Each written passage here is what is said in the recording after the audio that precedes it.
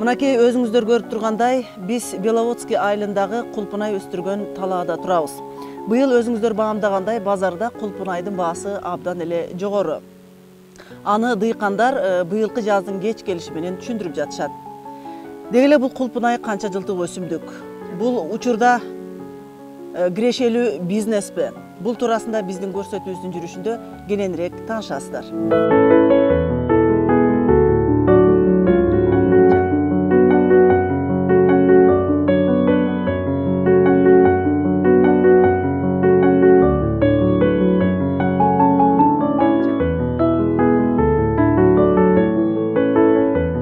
Чүй облусунун Беловодский айылынын тургуну Болот Кайратбаев деген дыйкан 10 жылдан бери кулпунай өстүрүү менен алектенет. Үй бүлө мүчөлөрү толугу менен талаа иштерине тартылышкан. Бул эле эмес 20га чукул адамдарды жумуш менен камсыз кылат. Ижарага алынган 4 гектардагы чарбасы кирешелүү экенин айткан дыйкан бала бакырасын кулпунай менен бутуна тургузганын белгилейт. Учурда бул аймакта биринчи түшүм берүү башталды.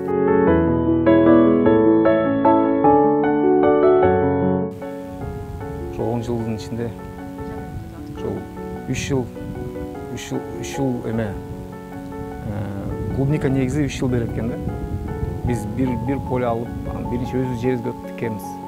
Проба кылып, анан урожай жакшы болуп, анан эме пайдасын да көрүп, дагы башка жерден аренда алып, негизи клубника 3 жыл берет экен да. 3 жылдан кийин уже майданып калат экен. Биз мурун өзүбүз элдерден клубника сатып алып, Алматыга алып барчубуз да. 15 жыл мурун баштаганбыз да негизи. Анан ошол Сокулукта бир айылдар бар, ошол жактан алчубуз да. Ал убакта клубника аз болчу. Клубника аз болуп, анан конкуренция азыраак болчу. Ошол бир айылдан, бир 2 айылдан 2-3 киши эле алчубуз да. Анан клубника спрос болгондон кийин клубника да көбөйт экен да. Элдер клубниканы көбөйтүп, бир аз мындай качество слабыраак болуп баштады да.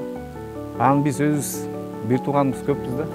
Анан ошону ойлонуп, биз да өстүрө алабыз деп ошондой бир решениеге келдик. Анан баштаганбыз да 10 жыл мурун. Анан биз, например, өзүбүзгө кандай товар керек, качество кандай керек, биз өзүбүзгө мындай бир аз аракет кылып, старание кылып, эмне керек, кандай удобрение керек, ошонун баарын акырын изучать этип, элдерден сурап, акырын опыт алып, анан бул өзү мындай эме экен да. Нежный растение да, бат бузулат экен да. Ошол үчүн биз күн ысыкта стараемся мындай кечирээк терип, анан терген кишилерге да айтабыз мындай нежно, мындай аккуратно колдоого, мындай как попало. Кээ бирлер бар, эзип салат да клубниканы. Андайларга үйрөтөбүз, акырын мындай замечание кылып, акырын үйрөнүп алат экен да элдер. Анан ошол качествого карап биз биринчи ошого эметебиз да. Анткени биз өзүбүз сатабыз да. Казакстанга алып барабыз, өзүбүз сатабыз. Бизге качество керек да. Ошол үчүн өзүбүз өстүрүп баштаганбыз да клубниканы.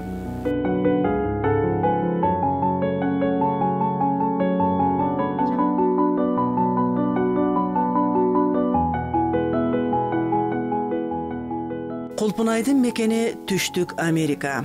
Европа бул таттуу жемиш менен 16-кылымда таанышкан. Бул мөмө керектөөчүлөр арасында өтө популярдуу. Ал эми өстүрүүчүлөр үчүн кошумча технологиясы боюнча түшүндүрмөлөр зарыл. Анткени кулпунай отургузуудан кийин убакыт, сактоо жана анын эрежелерин эске алуу абзел. Жаңы көчөттөр келерки жылы түшүмүн бере баштайт. Биринчи жылында жаш өсүмдүктөр кылдаттык менен жана бекем тамыр жайылышы негизги милдеттерден болуп саналат. Бул максатта кулпунайдан пайда болгон мурут жана гүл кесип коюш керек. Негизи биринчи могу эмеден башталат экен да. Диккенде жерди даярдаш керек экен да. Биринчи ошол жерди даярдап, жер негизи биз клубниканы, могу көчөттөрдү, например, Европада алар мындай специальный маточный эме болот экен да, аларда фермалар болот экен. Алар атайын мындай көчөттү өстүрөт экен да. А бизде болсо андай жок да. Бизде аны кылуу үчүн дагы расход, теплица сыяктуу керек экен. Анан поливтер мындай дождевальный полив дейт, анан ушундай көп нерселер керек экен да. Бизде андай жок да, еще мындай өнгөн эмес да. А биздики көчөт болсо простой эле көчөт да. Вот биз, например, могу эскирди казып алабыз, тамырлар слабыраак болот. Ошол үчүн тиккенде жер мындай жумшак, анан мындай эме болуш керек да, жумшак и майда болуш керек да. Кезек болсо тамырын жапсаң эметип калат да, кургап калат. Ошол үчүн биз биринчи күзүндө айдайбыз, тщательно айдайбыз. Анан тиккенче биз обработка кылабыз. Фреза менен обязательно обработка кылабыз. Түздөйбүз, жерди майдалатабыз. Жер майда болуш керек да.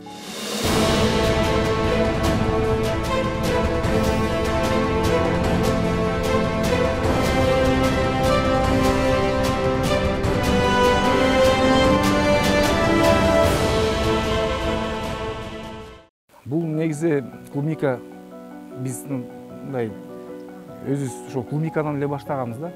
Мурун биз мындай көп мындай дыйканчылык мындай эметчи эмеспиз да, иштечи эмеспиз да. Бирок бул мындай постоянно түшүм бериш үчүн бизге жакшы да. Биз, например, азыр вот биринчи сезон башталат. Майдын аягында да.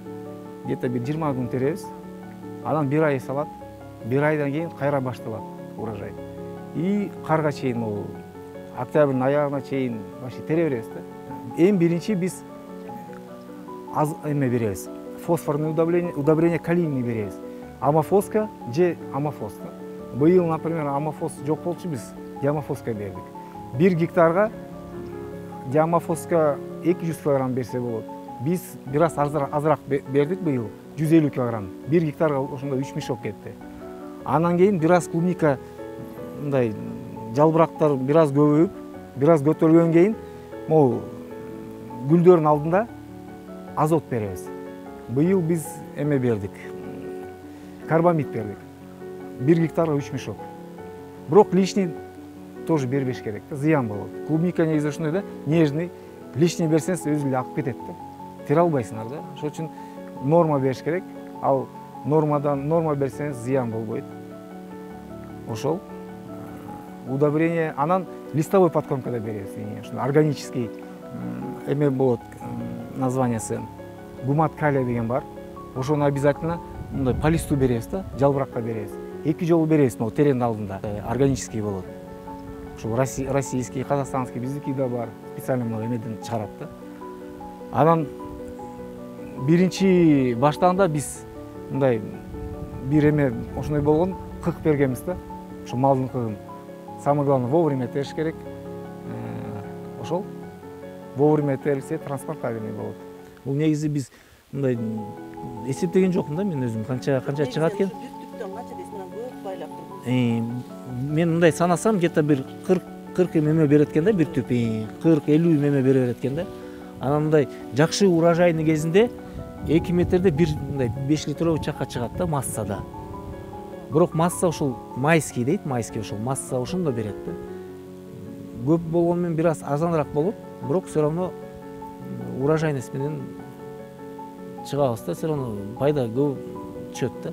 А экинчи урожай 1 айдан кийин эсалган кийин алар бир аз азыраак берет. Мынча меме байлабайт да, мынча меме байлабайт. Көлөмү ушундай болочу, мындан да чоң, кичине. Жок, мындан чоңураак болот. Булар биринчилер. Орточосу бул, Бул орточосу.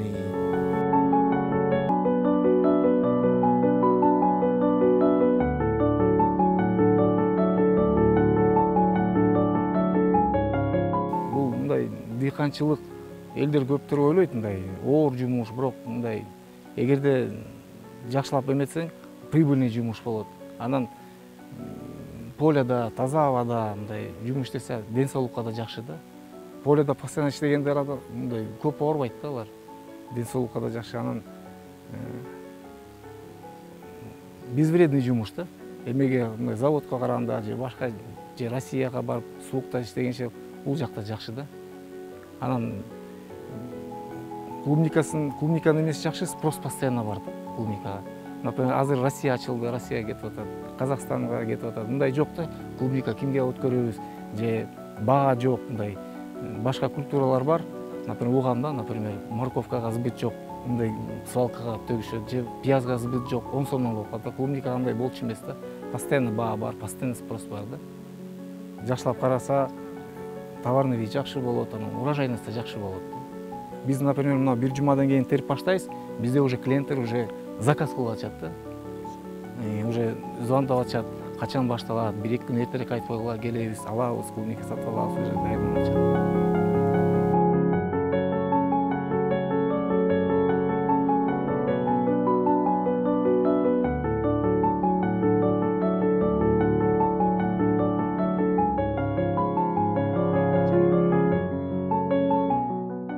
Кулпунайдан ойдогудай мол түшүм алуу үчүн туура кароого маани берүү керек. Мүмкүн болушунча органикалык зат берүүгө аракет кылынат. Ошентип быйылкы жаан-чачын жаздын кечеңдешинен улам май айынын орто ченинен баштап түшүм бериле баштады. Кулпунайды өстүрүүдө багбандын аракети күч болушу шарт. Бул өсүмдүк сууну көп талап кылат. Андыктан убагында тоюттандырууга өзгөчө көңүл буруу зарыл.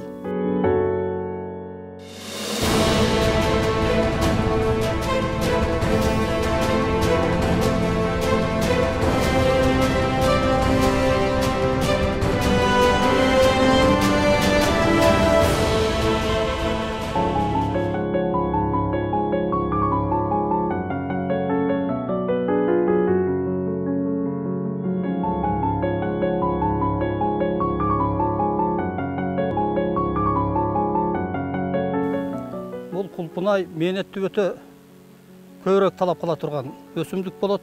Ошондуктан буга мээнет өтө көп мээнетти талап кылат бул.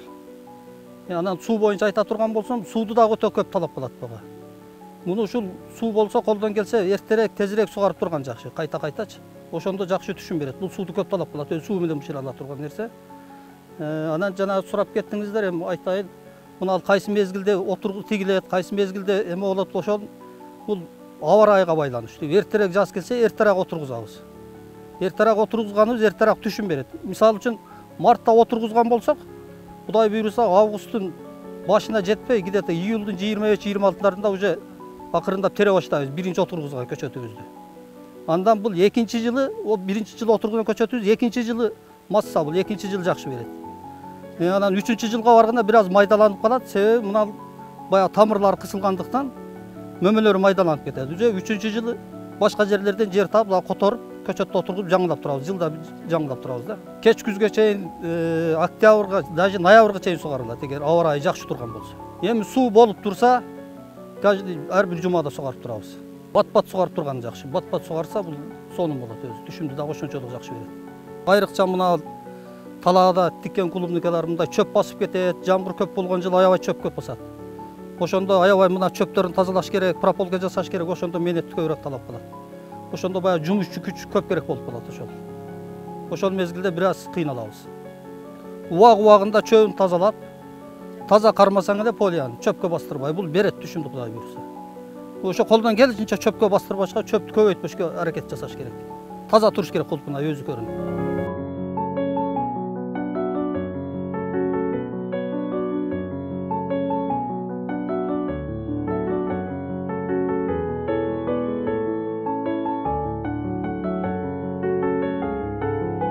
Кулпунай терүү майда жумуш болгондуктан сезонунда көп жумушчу күчү талап кылынат. Кулпунай назик өсүмдүк болгондуктан этияттап терүү керек. Кулпунайды өз убагында жыйнап алуу эң зарыл жумуштардан. Чыгымы аз, калктын талабы күчтүү болгон бул өсүмдүктү сатууда маселе такыр жаралбайт. Анткени учурда Казакстан Россияга тышкы рынокко ийгиликтүү экспорттолууда. Ага ылайык тандалма сорттор эгишет. Чүй өрөөнүндө акыркы учурларда Кулпунай бизнеси ургалдуу өнүгүп, Кирешенин булагына айланууда.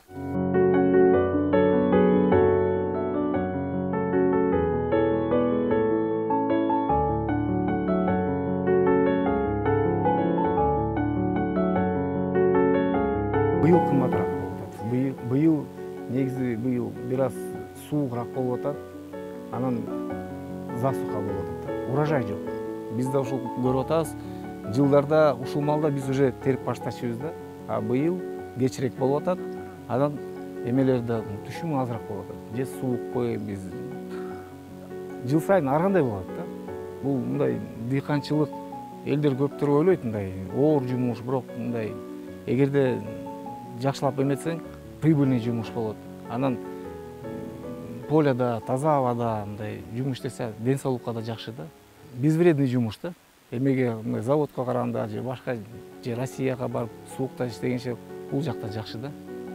Анан клубниканы эмес жакшы, спрос постоянно бар да клубникага. Например, азыр Россия ачылды, Россияга кетип атат, Казакстанга кетип атат. Мындай жок да. Клубника кимге өткөрөбүз же баа жок, мындай башка культуралар бар. Например, угамда, например, морковкага сбыт жок. мындай свалкага төгүшөт же пиязга сбыт жок 10 сомдон болуп калат. Клубника андай болчу эмес да. Постоянно баа бар, постоянно спрос бар да.